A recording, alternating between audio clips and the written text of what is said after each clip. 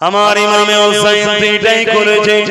শিশুবেলায় একদিন বিমারে হয়ে যায়, ওই বিমার হয়ে যাওয়ার জন্য হযরত খাতুনে জান্নাত নিয়ত করলেন, আল্লাহ পাক যদি আমার হাসান হুসাইন সুস্থ হয়ে যায়, আমি ফাতেমা 3টে রোজা রাখবো। এই নিয়তটা যখন করলেন, আল্লাহ পাকের দয়াতে ইমামে হাসান হুসাইন সুস্থ হয়ে গেলেন। হযরত ফাতেমা হুজুর ওই মান্নতের রোজা রাখতে শুরু করলেন। প্রথম দিন রোজা রাখবে, কি খাবে সেহরিতে কিছু নাই, পানি খেয়ে রোজা রাখতে লাগলেন। আমার আম্মারা, আজ আপনারা সামান্য ভিক্ষার জন্য নিজেদের ঘরে বেপরদা করতে লেগেছে, সামান্য ভিক্ষার জন্য ঘরের বাইরে বেরিয়ে এমন করে নিজেরা আসামির কাঠ গড়াতে উঠতে লেগেছে। স্বামী যদি ইনকাম করে দেয়, ওই ইনকামে যদি ভুল থাকে, আমার মা বোনেরা, বেটিরা, মায়ের জাতেরা,